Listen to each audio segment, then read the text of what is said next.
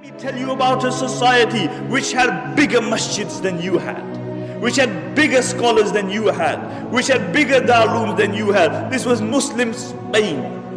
It had far bigger masjids than you had. Qurtuba, in the height of its flowering, had over 600 masjids. And recently, a couple of years, 19 of us from this masjid went to Qurtuba, where there were 600 masjids. We found one, and that was closed. Why? What happened? Because these were people who forgot Allah, and Allah made them forget themselves. And you look at the scholars of Spain. Who were the scholars of Spain? There were the likes of Ibn Hazm, there were the likes of Imam Qurtubi, there were the likes of Ibn Abdul Barr, there were the thinkers like Ibn Sina, Ibn Rushd. These were people who were the backbone of Islamic learning. There were no greater scholars than these in the history of Islam. And Andalus, Spain, was built on the model of Medina. And as long as their focus remained on Medina, they flourished. But when their focus turned toward the dunya, then that same progressive society sank, because the Muslims were not created for the dunya.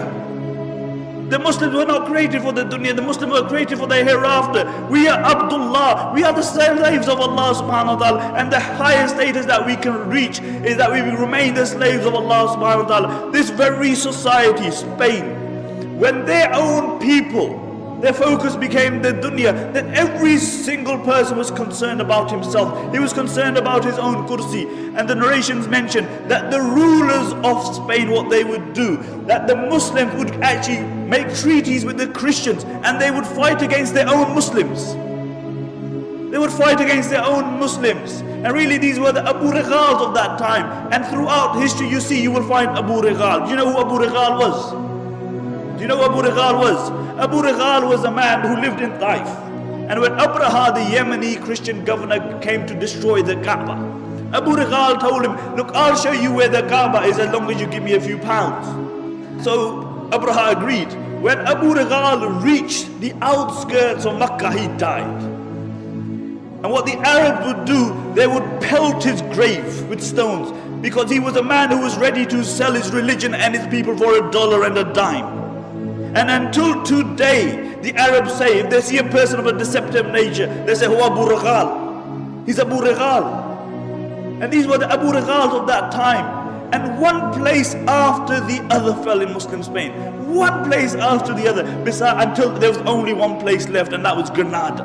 And Granada fell 50 years after the rest of Spain. Until Abu Muhammad, he drew a treaty with the Christians on the condition that he allowed them to take over, on the condition that they would not persecute the Muslims, that they would not forcefully convert the Muslims, that they would not remove the Muslims from their post. And when the Christians came in, the first thing they did, they reneged on their promise. And when they entered the Alhambra Palace, have you seen the Alhambra Palace?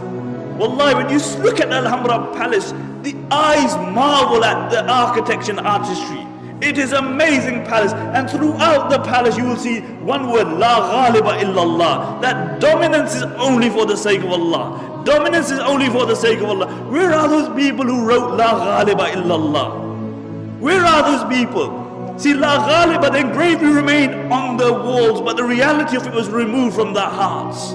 And the reality is that the Alhambra Palace, to a great degree, encompasses the decline of the Muslim Ummah, whilst the mud hut in which Umar ibn Khattab radiallahu anh lived embodies the spirit of Islam. And really, when these Christians, they walked into the Alhambra, they found the highest place that they could find, and they erected a crucifix there. And when Abu Muhammad saw this, he began to cry. He began to cry, and his mother rebuked him. She said, why are you crying like a woman when you couldn't defend it like a man? Why are you crying like a woman when you couldn't defend it like a man? And this is our state today, really. We whinge about everything. We blame everybody else besides ourselves. We blame the Christians, we blame the Jews, we blame everybody else. But it's one person we don't blame, it's us. We even blame time. The zamana yesaya. As the Arabic poet says, he said, "Na'ibu zamanana wal aibu fina wa ma li zamanina aibun siwana." He said, we find fault in time, but the reality is that the fault lies within us. And if there was any one fault in time, it is that it has to carry the likes of me and you. That's the only fault with time. لا تكونوا كالذين نسوا الله فأنساهم أنفسهم. Do not be like those who forgot Allah and Allah made them forget themselves.